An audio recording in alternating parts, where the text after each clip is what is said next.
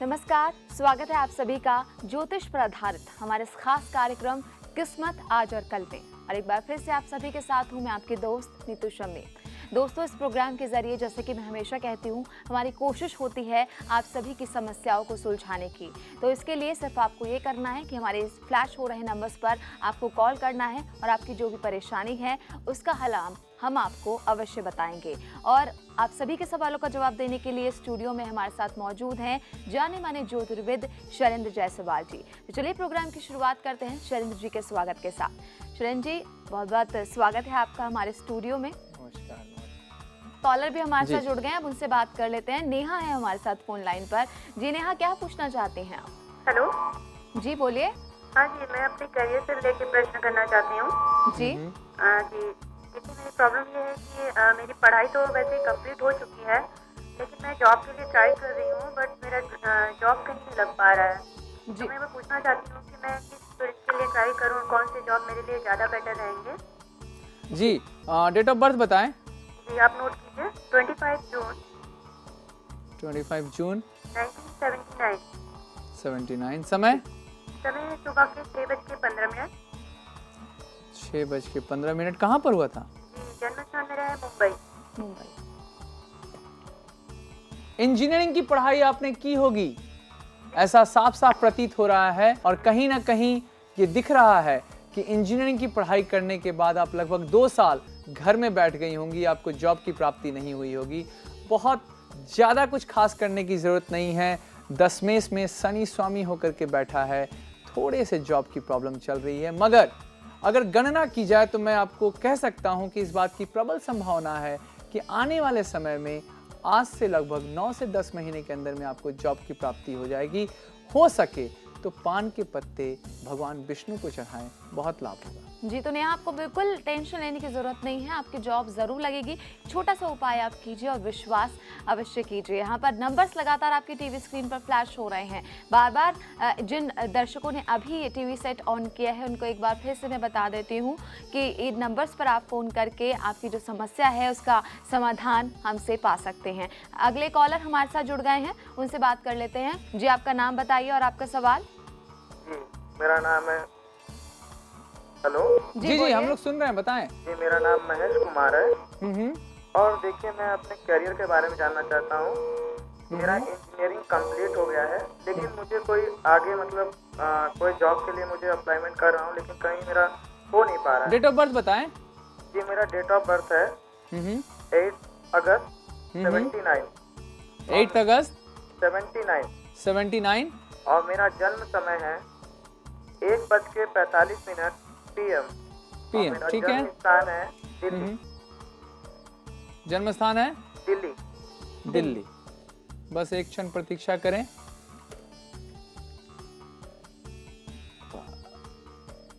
पत्रिका आपकी तैयार हो चुकी है।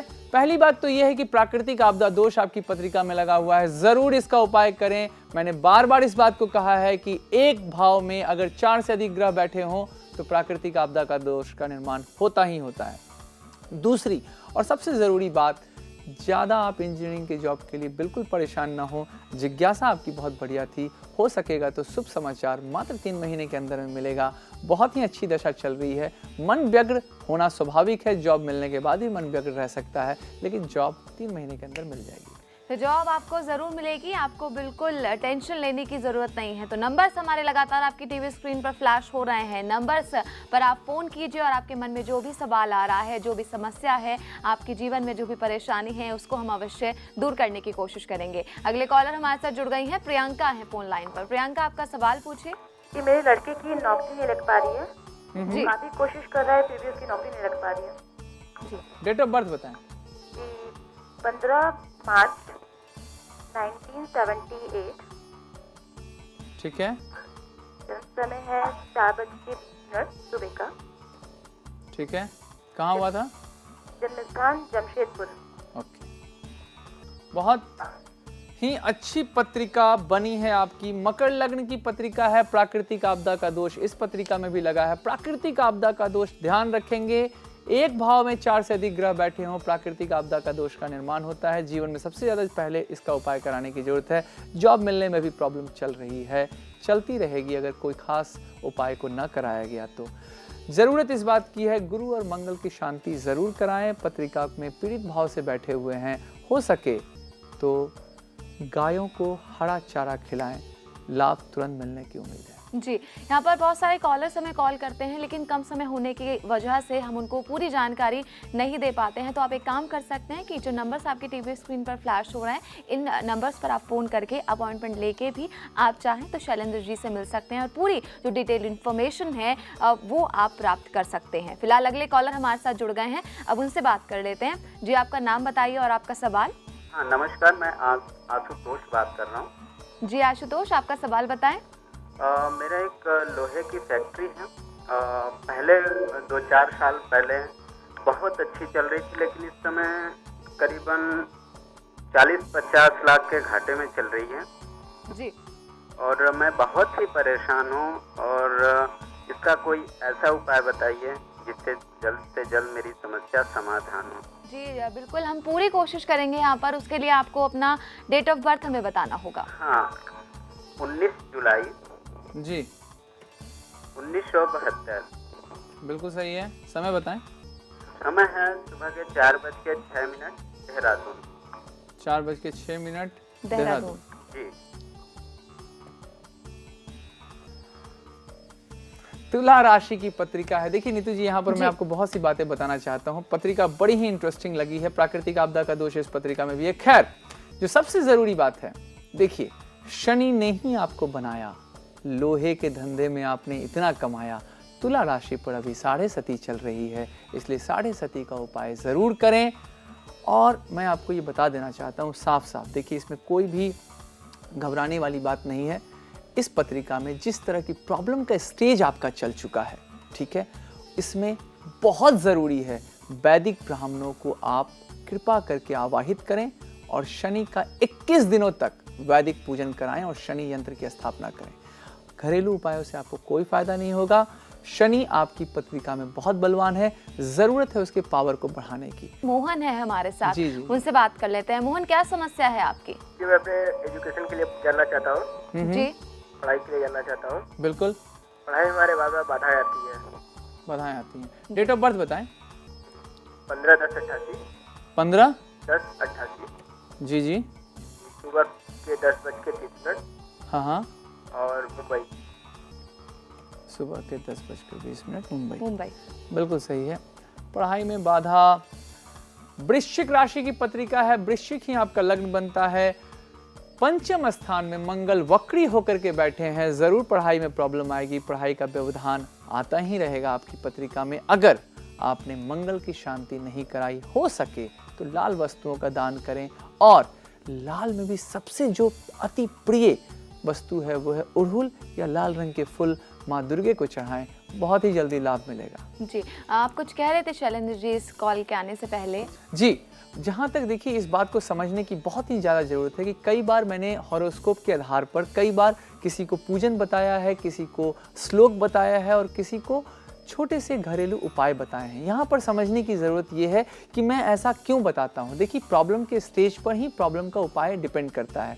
ज़रूरत है अगर श्लोक की तो श्लोक बताया जाता है, ज़रूरत है उपाय की तो उपाय बताया जाता है और ज़रूरत है अगर सर्जरी की तो आपको पूजन बताया जाता है। यहाँ पर समझने की ज़रूरत है एक और उपाय मार्केट में बहुत ही ज़्यादा प्रचलित है, वो है रत्न। रत्न के बारे में मैं आपको ये कहना चाहता हूँ कि निसंदेह रत्न फ़ायदा करते हैं। रत्न बहुत ही अच्छी चीज़ है, मगर डिपेंड करता है किस जगह पर कैसे उनकी कहाँ पर ज़रूरत है। रत्नों के बारे में एक बहुत ही लॉजिकल बात मैं आपके सामने रखना चाहता हूँ कि रत्न पहनने से ज़्यादा ज़रूरी है कि रत्नों को उतारने का समय जानना।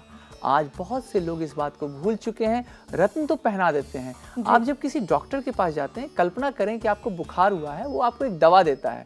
आप वो दवा पूरी जीवन के लिए नहीं खाते, आप वो दवा एक over a period of time के लिए खाते हैं। तो इसी तरह से लग्नेश और योग कारक की दशा का रत्न तो आप पूरे जीवन पहन सकते हैं, मगर अगर किसी अंतर दशा या प्रत्यंतर दशा के खराब होने की स्थिति में आप रत्न पहनते हैं तो आपको ये पता होना चाहिए कि इस रत्न को उतारना कब है, क्योंकि रत्न का साइड इफेक्ट हो सकता है। इस बात को सभी जानते हैं। पूजन का साइड इफेक्ट बिल्कुल नहीं होता है। इस बात को हमेशा ध्यान रखिएगा, क्योंकि पूजन वैदिक पूजन है और हर पूजन गीता में भगवान श्री कृष्ण ने कहा है वो भगवान विष्णु के पास ही जाती है। हम लगातार कोशिश कर रहे हैं और हमारे नंबर्स भी लगातार आपकी टीवी स्क्रीन पर फ्लैश कर रहे हैं। आप इन नंबर्स पर फोन कीजिए, हमसे बात कीजिए और आपका जो भी सवाल है या फिर आपकी जो भी समस्या है, शैलेंद्र जी पूरी कोशिश करेंगे उस समस्या को हल करने की। यहाँ पर मैं बार बार आपको इस चीज़ के बारे में इसलिए बता रही हूँ क्योंकि ना सिर्फ आपको इन नंबर्स पर फोन करके आपकी समस्या का समाधान मिलेगा, बल्कि हम कुछ और भी सुविधाएं आपको दे रहे हैं। सबसे पहले आप अगर फोन करते हैं नंबर्स पर तो आपकी फ्री पत्रिका आपके ईमेल आईडी पर फुली कंप्यूटराइज्ड आपको सेंड कर दी जाएगी, वो भी बिल्कुल फ्री। दूसरा, अगर आप चाहते हैं कि डिटेल्ड आपको इन्फॉर्मेशन मिले, आपकी पूरी जो पत्रिका है पूरी उसकी डिटेल्ड इन्फॉर्मेशन आप तक पहुंचे, तो आप इन नंबर्स पर फोन कीजिए। आपकी बर्थ डिटेल्स आप आचार्य जी के पास छोड़िए, 2 घंटे बाद आपकी पूरी पत्रिका की डिटेल्स आपको बताई जाएंगी। तीसरा, कि आपकी कुंडली के साथ साथ आपको वर्ष कुंडली भी मिलेगी, यानी कि आपके हिसाब से पूरा साल कैसा जाने वाला है वो भी आपको जानकारी पूरी वर्ष कुंडली में अवश्य आपको मिल जाएगी। तो इसलिए आप इन नंबर्स पर फ़ोन कीजिए। आप हमसे सवाल तो पूछ सकते हैं, बाकी सारी जो चीज़ें मैंने आपको बताई है आप उसका भी लाभ उठा सकते हैं। चलिए प्रोग्राम को आगे बढ़ाते हैं। फिलहाल एक कॉलर हमारे साथ जुड़ गए हैं, आप फोन लाइन पर, उनसे बात कर लेते हैं। जी, आपका नाम बताइए और आपका सवाल। हेलो जी जी, मैं हेलो जी, बोलिए। जी, मैं नेहा बोल रही हूँ। जी मेघा, बोलिए। जी देखिए, हम ग्रेजुएशन किए हैं इकोनॉमिक्स से, हम जी। किस फील्ड में जा सकते हैं? जी, डेट ऑफ बर्थ तो आप डेट ऑफ बर्थ बता दीजिए आपकी। 29 अगस्त जी 29 अगस्त 1982। जी, आपका जन्म स्थान? जी, जन्म स्थान है मुंबई और जन्म की टाइमिंग है 1:35। आप टीवी का वॉल्यूम थोड़ा कम कर दें। नेहा जी बताएं जन्म समय क्या है? मैंने जन्म का टाइमिंग जो बताया है 1:35। दोपहर के या रात के? जी, दोपहर में। दोपहर में 1:35। जी अच्छा, ये मुंबई आपने बताया ना? जी, जन्म स्थान मुंबई। जी जी जी। सूर्य के भाव पड़े हुए हैं, सूर्य खुद ही बैठा हुआ है आपकी पत्रिका में दशमेश पे। इससे अच्छा और क्या हो सकता है? करियर के लिए सूर्य सबसे शुभ होता है, सबसे बेहतरीन होता है।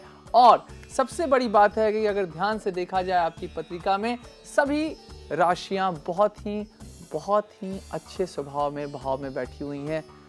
आने वाले फ्यूचर में आज से 20 साल के बाद राजनीति में भी जाएंगे तो कोई नहीं रोक पाएगा। खैर फिलहाल अगर आप गवर्नमेंट जॉब के लिए ट्राई करें तो ज्यादा बढ़िया होगा।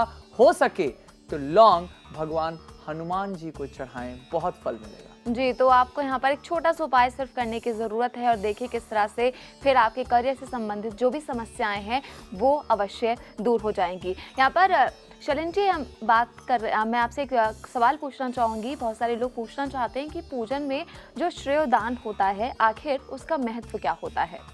बहुत ही अच्छा सवाल है और सबसे पहले तो जिस व्यक्ति ने यह सवाल पूछा है उसे बहुत बहुत बधाई, क्योंकि ये बहुत ही गुप्त सवाल है। मैं समझता हूं कि जो लोग भी अभी प्रोग्राम देख रहे हैं कृपया आराम से मेरी बातों को सुनें और समझें कि मैं क्या कहने जा रहा हूं। होता क्या है बेसिकली कि जब हम किसी ब्राह्मण को नियुक्त करते हैं किसी भी तरह के पूजन कराने के लिए, क्यों करते हैं नियुक्त? बिकॉज संस्कृत देवताओं की वाणी है और सभी तरह के धर्म ग्रंथ संस्कृत में ही लिखे हुए हैं। उच्चारण में कोई गलती ना हो जाए इसलिए हम ब्राह्मण देव को अपने घर बुलाते हैं और उनसे याचना करते हैं कि आप कृपया हमारे लिए इस पूजन को आमंत्रित करें और इसको क्रियान्वित करें। ध्यान रखें कि पूजन को ब्राह्मण ने पूरी तरह से किया है, इसलिए एज एन जजमान आप पूजन के बाद अपने ब्राह्मण देव से ये जरूर रिक्वेस्ट करें कि कृपया मुझे श्रेयोदान दें। श्रेयोदान का मतलब जो उन्होंने श्रेय कमाया है इतने दिनों में उसका दान वो जजमान को करें, तभी आपको उसका फल मिलेगा। और आने वाले समय में मेरे इस श्रेयोदान के बताने के बाद कृपया ब्राह्मण देव से पूछें कि श्रेयोदान क्यों नहीं कराते हैं, श्रेयोदान कराएं। और जो ब्राह्मण देव कराते हैं उनको बहुत बहुत बधाई। श्रेयोदान कराना बहुत जरूरी है, अन्यथा जजमान को फल नहीं मिलेगा। एक बात और बता देना चाहता हूं यहाँ पर कि लोग पूछते हैं दक्षिणा का क्या महत्व है। हमेशा याद रखिएगा, घर में चलने वाला 3 दिन से कम का अनुष्ठान पूजन कहलाता है और 3 दिन से ऊपर चलने वाला यज्ञ कहलाता है।